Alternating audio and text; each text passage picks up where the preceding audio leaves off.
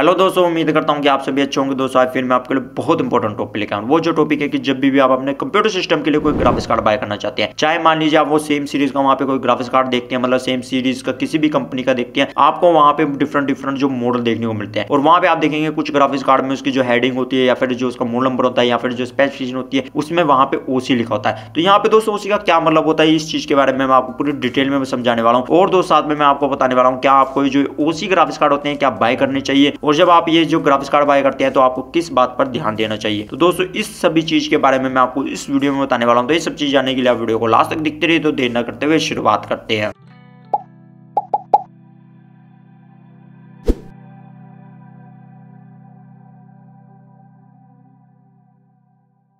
दोस्तों जब भी हम कोई ग्राफिक्स कार्ड बाय करना चाहते हैं, चाहे मान लीजिए उसमें एनवीडिया कंपनी की जीपी चिप लगी है या फिर मान लीजिए एएमडी कंपनी की वहां पे कोई जीपी चिप लगी है, एग्जांपल के तौर पर हम वो ग्राफिक्स कार्ड लेते हैं जिनमें एनवीडिया कंपनी की जो जीपी चिप लगी है। अब दोस्तों हम यहाँ पे बात करते हैं कि चाहे मान लीजिए हम जैसे ग्राफिक्स कार्ड को बाय करते हैं, चाहे मान लीजिए वो एनवीडिया का RTX 30 सीरीज का कोई ग्राफिक्स कार्ड बाय करते हैं या फिर मान लीजिए RTX 20 सीरीज का कोई ग्राफिक्स कार्ड बाय करते हैं या फिर मान लीजिए GTX 16 सीरीज का कोई ग्राफिक्स कार्ड बाय करते हैं या GTX 10 सीरीज का वहां पे कोई ग्राफिक्स कार्ड बाय करते हैं, तब दोस्तों आप वहां पे देखेंगे आपको बहुत तरह की कंपनियां मिलेंगी। जैसे मान लीजिए MSI हुई, गीगाबाइट हुई, एजूस हुई या फिर मान लीजिए विजय कंपनी, कलरफुल हुई, जोटैक हुई। तो आप देखेंगे बहुत सी कंपनी होती है, मतलब जिसमें आपको वहां पे ग्राफिक्स कार्ड देखने को मिलेंगे और सेम मॉडल नंबर में। जैसे आप इस लिस्ट में देख सकते हैं, यहाँ पे देखिए MSI का देख सकते हैं, और यहाँ पे देखिए कि हम एग्जांपल के तौर पर लेते हैं RTX 3060 ग्राफिक्स कार्ड की हम यहाँ पे बात करते हैं। तो वहां पे देखिए आपको सेम मॉडल में कितने ज्यादा वहां पे ग्राफिक्स कार्ड देखने को मिलते हैं। ऐसे मान लीजिए कि हम एजूस कंपनी के लेते हैं और वहां पे देखिए आपको कितने डिफरेंट मॉडल देखने को मिलते हैं। ऐसे दोस्तों हम जो गीगाबाइट के ग्राफिक्स कार्ड की एग्जांपल लेते हैं, वहां पे भी देखिए आपको जो सेम RTX 3060 में वहां पे आपको काफी मॉडल देखने को मिलते हैं। और आप देखिए वहां पे इन कुछ ग्राफिक्स कार्ड में आपको ओसी देखने को मिलेगा, मतलब एक जो सिंपल और वहां पे कहीं जो मेन हेडिंग या फिर आपको वहां पे इसके स्पेसिफिकेशन में ओसी देखने को मिलेगा। तो यहाँ पे दोस्तों ओसी का क्या मतलब होता है, तो यहाँ पे दोस्तों ये मतलब होता है कि वो जो ग्राफिक्स कार्ड होते हैं जितने भी होते हैं वो ओवरक्लॉक किए गए हैं। तो दोस्तों यहाँ पे मतलब ये तो हो गया कि ओसी का मतलब ओवरक्लॉक हो जाता है। अब दोस्तों यहाँ पे ओवरक्लॉक किस चीज को किया गया, मतलब यहाँ पे क्या मतलब होता है ओवरक्लॉक का, अब हम ये बारे में बात करते हैं। दोस्तों एग्जांपल के तौर पर मान लीजिए कि हम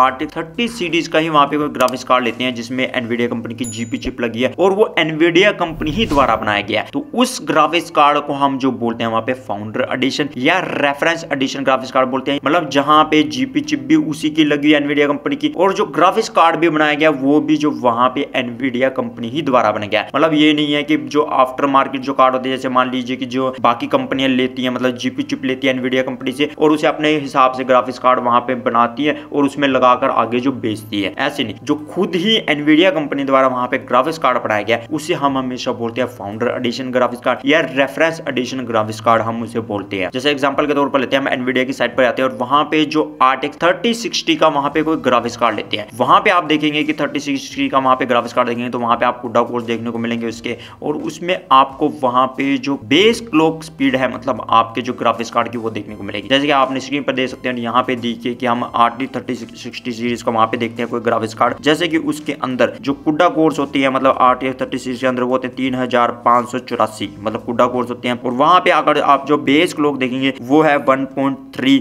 गीगाहर्ट्ज। अगर हम इसे मेगाहर्ट्ज में ले तो वो बैठती है 1320 मेगाहर्ट्ज की यहाँ पे इसकी जो बेस क्लॉक है। और अगर हम बूस्ट क्लॉक लें जो गीगाहर्ट्ज में दिए यहाँ पे 1.78 गीगाहर्ट्ज, तो अगर हम इसे ले मतलब मेगाहर्ट्ज में तो वहां पे आप ले सकते हैं इसे 1780 मेगाहर्ट्ज की यहाँ पे जो उसकी बूस्ट क्लॉक है। तो आप यहाँ पे देख सकते हैं कि जितने भी हमारे जो एनवीडिया कंपनी ही द्वारा ग्राफिक्स कार्ड बनाए गए, अगर हम उसे लेते हैं जो फाउंडर एडिशन या जिसे हम रेफरेंस एडिशन ग्राफिक्स कार्ड बोलते हैं, तो उनमें आपको जो बूस्ट क्लॉक देखने को मिलेगी 1780 मेगाहर्ट्ज तक देखने को मिलेगी, मतलब उसकी जो स्पीड है क्लॉक स्पीड वो 1780 तक आपको मिलेगी। अगर दोस्तों आपको जो फाउंडर एडिशन और जो आफ्टर मार्केट कार्ड क्या होते हैं इसके बारे में वो बहुत ज्यादा डिटेल में जानना है, तो मैंने इसके बारे में पहले से वीडियो बनाई हुई है, आप इस आई बटन क्लिक करके वो वीडियो को देख सकते हैं और डिटेल आप जान सकते हैं। तो दोस्तों अब हम यहाँ पे बात करते हैं कि जो ये बाकी कार्ड होते हैं इनमें क्या होता है। तो यहाँ पे दोस्तों हम एग्जांपल के तौर पर लेते हैं, चाहे मान लीजिए गीगाबाइट का, MSI और एजूस के हम ग्राफिक्स कार्ड लेते हैं, तो वहां पे आप देखेंगे जिनमें ओसी लिखा था, अगर हम उसकी डिटेल में देखिए, जैसे एग्जांपल के तौर पर हम जो लेते हैं सबसे पहले MSI कंपनी का लेते हैं, और यहाँ पे देखिए कि G4 RTX 3060 Ventus 2XXS जो 12G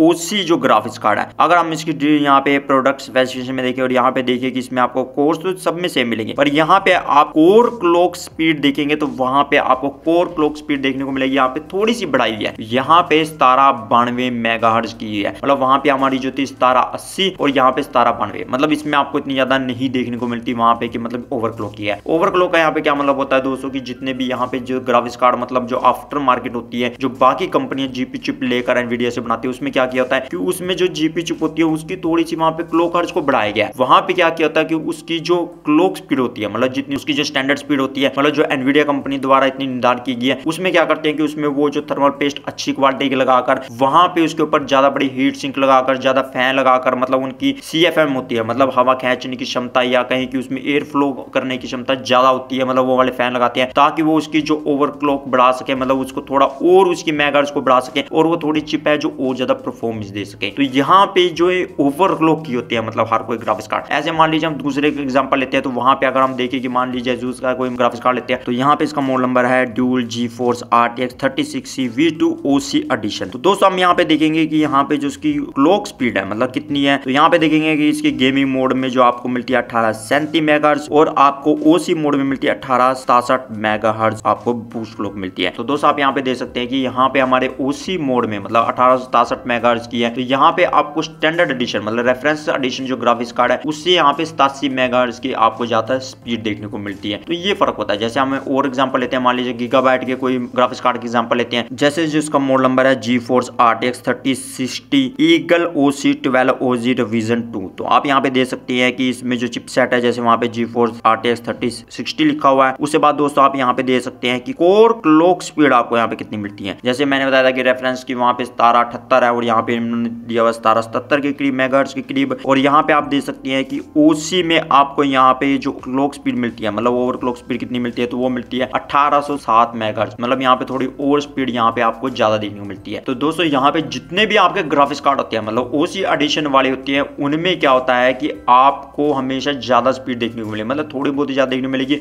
और कई में होती है थोड़ी ज्यादा देखने को मिलती है, मतलब 100 या 150 मेगाहर्ट्ज भी ज्यादा देखने को मिल सकती है। पर उसमें क्या होता है कि उनमें आपको 3-3 फैन लगे हुए देखे होंगे, मतलब जैसे ये जितने भी थे इनमें 2-2 फैन लगे थे, उनमें 3-3 फैन देखेंगे मतलब सेम सीरीज में, और वहां पे उसमें थर्मल जो पैड होती है वो भी बहुत ही अच्छी होती है उससे ज्यादा, और उनकी जो कूलिंग होते हैं मतलब कूलिंग करने के ऊपर डिपेंड होता है कि वहां पे कितनी ज्यादा कूलिंग कर सकते हैं और उतनी आप मेगाहर्ट्ज वहां पे बढ़ा सकते हैं। पर वहां पे आपको सबसे ज्यादा ध्यान देना पड़ता है कि वहां पे आपका टेम्परेचर कंट्रोल होना चाहिए, नहीं तो अदरवाइज क्या होगा कि वो बेस क्लॉक पे ही काम करना शुरू कर देगी, मतलब टेम्परेचर कंट्रोलिंग देख के। तो ये आपको देखना होता है। तो यहाँ पे सिंपल मतलब ये होता है कि जितने भी हमारे OC वाले ग्राफिक्स कार्ड होते हैं उनमें आपको ज्यादातर मेगाहर्ट्ज करके देखने को मिलती है कि वहां पे हमारी जो हीट सिंक होती है या उसका टेम्परेचर मेंटेन इस तरह किया होता है ताकि वो उस जो मेगाहर्ट्ज पे चल सके। तो यहाँ पे ये चीज होती है। और क्या यहाँ पे होता है दोस्तों कि जितने भी हमारे OC ग्राफिक्स कार्ड होते हैं उनमें क्या होता है कि वहां पे जैसे मान लीजिए कि हमारी जो पावर कंजप्शन है वो आम जो कार्ड होते हैं मतलब जो सिंपल जो जिनकी ओवरक्लॉकिंग नहीं की होती है उससे थोड़ी ज्यादा इलेक्ट्रिसिटी कंज्यूम करते हैं। जैसे कि आपने देखा होगा कि जब हम प्रोसेसर की ओवरक्लॉक करते हैं तो वहां पे भी हमें थोड़ी इलेक्ट्रिसिटी ज्यादा कंज्यूम करता है वो, क्योंकि उसकी जितनी ज्यादा मेगाहर्ट्ज बढ़ती चली जाएगी तो वहां पे उसकी पावर कंजप्शन भी थोड़ी बहुत ही बढ़ती चली जाएगी। तो ये आपको ध्यान देना है कि वहां पे वो पावर कंजप्शन भी थोड़ी बहुत ही ज्यादा करता है जो हमारे रेफरेंस कार्ड होते हैं उससे ज्यादा। साथ में दोस्तों वहां पे आपको ये भी देखना जरूरी है कि वहां पे आपका टेम्परेचर मेंटेन बहुत अच्छा होना चाहिए। अगर मान लीजिए वहां पे आपका चाहे मान लीजिए ग्राफिक्स कार्ड भी बाय कर लिया आपने और वहां पे आपका टेम्परेचर बहुत ज्यादा पहुंच रहा है, क्योंकि ज्यादातर मान लीजिए कि आप उस जगह पर रहते हैं जहां पे गर्मी बहुत ज्यादा पड़ती है, तब वहां पे आपकी इतनी ज्यादा मेगाहर्ट्ज नहीं काम करेगी, वो आपकी फिर बेस फ्रिक्वेंसी पर ही काम करेगी, मतलब जितनी वहां पे उसकी जो स्टैंडर्ड स्पीड होगी, क्योंकि वहां पे आपका टेम्परेचर जब तक मेंटेन नहीं होगा चाहे उसमें बढ़िया हीट सिंक लगी है तब तक वो जो ग्राफिक्स कार्ड है अपना ओवरक्लॉक मोड तक नहीं पहुंच पाएगा और वो कुछ देर के लिए ही जाता है जब वो उसे परफॉर्मेंस के लिए चाहिए होता है। तो ये होता है। तो दोस्तों आपके मन में क्या लगता है क्या हमें जो ओवरक्लॉक ग्राफिक्स कार्ड जितनी होते हैं वो क्या बाय करनी चाहिए? तो दोस्तों ये आपको डेफिनेटली बाय करनी चाहिए अगर आपको वहां पे प्राइस में थोड़ा कम अंतर ही देखने को मिलता है। कई बार क्या होता है कि इनमें थोड़ा बहुत ही फर्क होता है, अगर आपको ज्यादा वहां पे फर्क देखने को मिलता है कि ओवरक्लॉक ग्राफिक्स कार्ड में, तब आप बाय मत कीजिए, क्योंकि वहां पे क्या होगा कि इससे बढ़िया तो आप उससे हाई का ग्राफिक्स कार्ड बाय कीजिए, क्योंकि वहां पे उसकी जो बूस्ट क्लॉक होती है वो ज्यादा होती है, मतलब उससे ऊपर की ग्राफिक्स कार्ड की उसमें आपको रैम भी ज्यादा मिलती है। तो वहां पे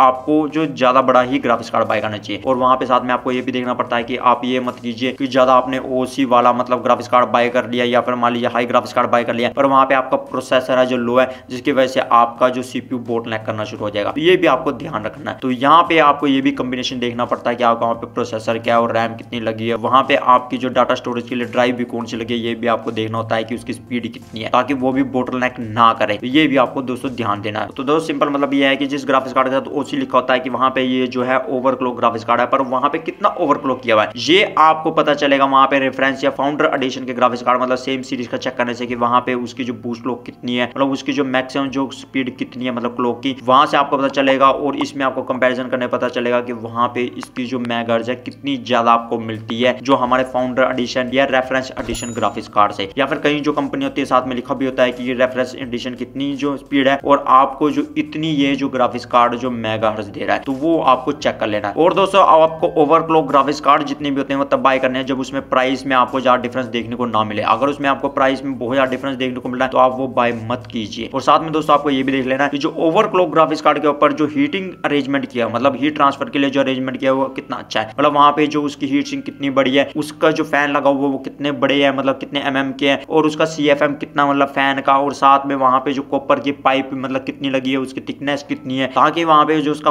कूलिंग सिस्टम है वो जो है हीट को अच्छी तरीके से ट्रांसफर कर पाए। मतलब ये आपको वहां पे जरूर देख लेना है। तो दोस्तों उम्मीद करता हूँ आपको वीडियो अच्छी लगी होगी। तो दोस्तों अगली वीडियो में आपको फिर मिलता है एक नई वीडियो के साथ, तब तक नई चीज सीखते रहिए और आगे बढ़ते रहिए।